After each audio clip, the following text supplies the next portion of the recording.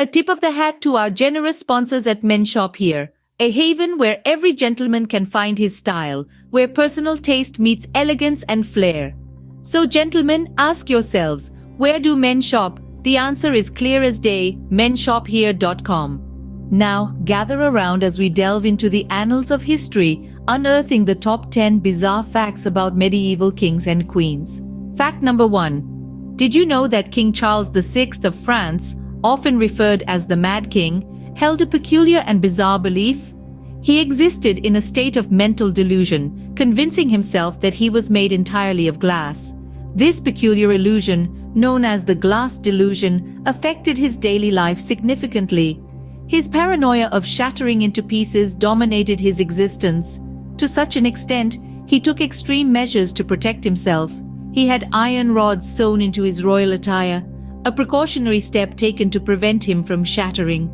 It's an image hard to comprehend, the King of France moving around his court with iron-clad clothing, dictated by an illusion that he is fragile as glass.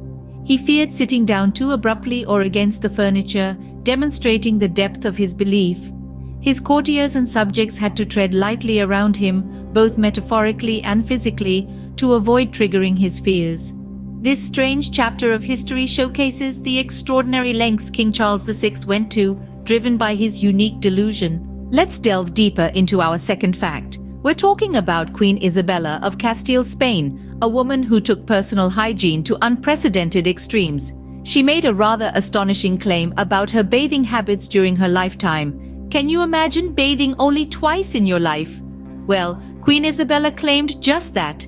She insisted that she had only taken a dip twice, once when she was born, and the second time right before she took her wedding vows. Quite an astounding instance of minimalism, isn't it? She truly exemplified the idea of water conservation, albeit in a way most would find unconventional. So remember, each time you turn on the shower somewhere, Queen Isabella of Castile might be shaking her head in disapproval. Expanding on our third fact, let's delve into a royal and rather tragic tale. It involves King Louis XV of France, a monarch with a deep passion for the game of tennis. His love for this sport was not just a mere pastime, a defining aspect of his life. It was said that he would engage in heated matches, soaring temperatures, and sweat dropping off his brow. Regrettably, it was this very devotion that would precipitate his untimely demise. After an intense game, the king sought solace in a large quantity of wine, served chilled, to cool his overheated body. This sudden change in body temperature is believed to have caused pneumonia, leading to his death. Thus, the game he cherished so much ended up being his downfall.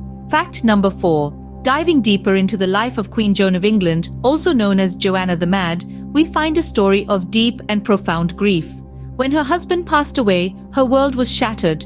The bond they shared was so profound that she found it impossible to let go, even in death. Overwhelmed by her loss, she was so heartbroken that she clung to his coffin, refusing to be separated from him. As the coffin made its journey towards its final resting place, Queen Joan remained by its side. She maintained her steadfast presence, echoing the unyielding nature of her love and devotion. It was a heart-wrenching display of grief that was so intense, it earned her the moniker Joanna the Mad. Yet it was perhaps the most poignant demonstration of her undying love for her husband.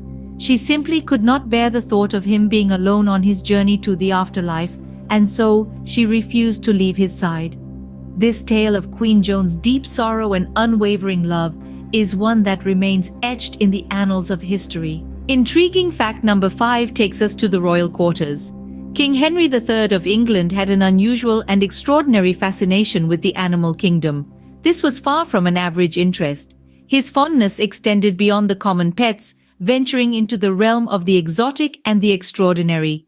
His royal palace, in fact, housed a vast menagerie of unusual creatures from far and wide.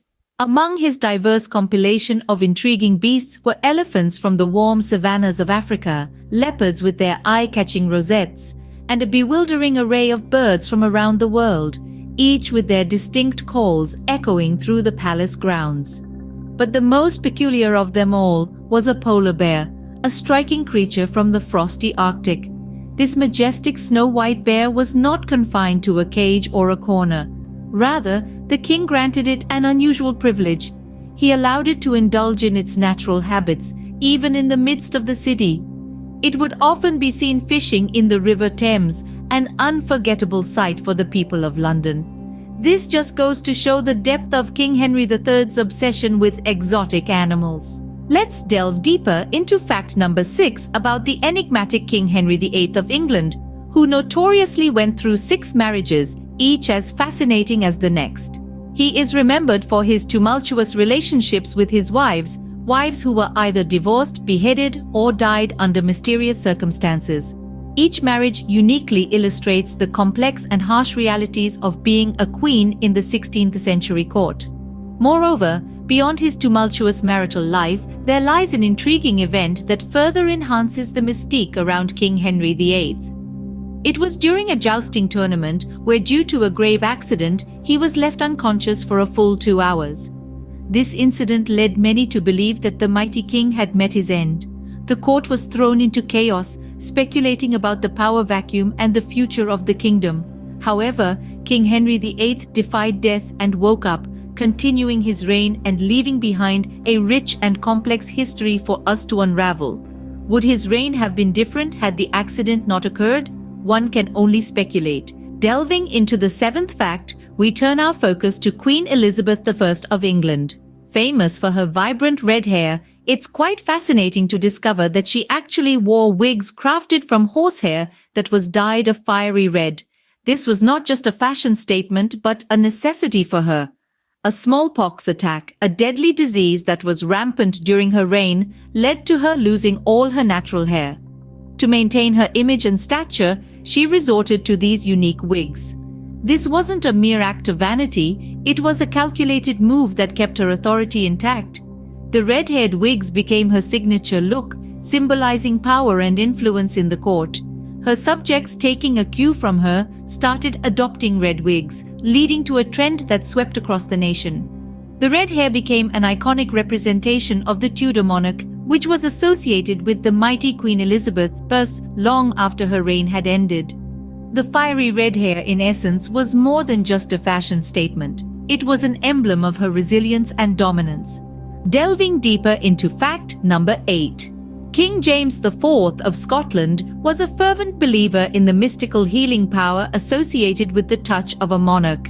This belief stemmed from a centuries-old tradition where monarchs were considered to have been chosen by divine right and therefore possessed healing abilities.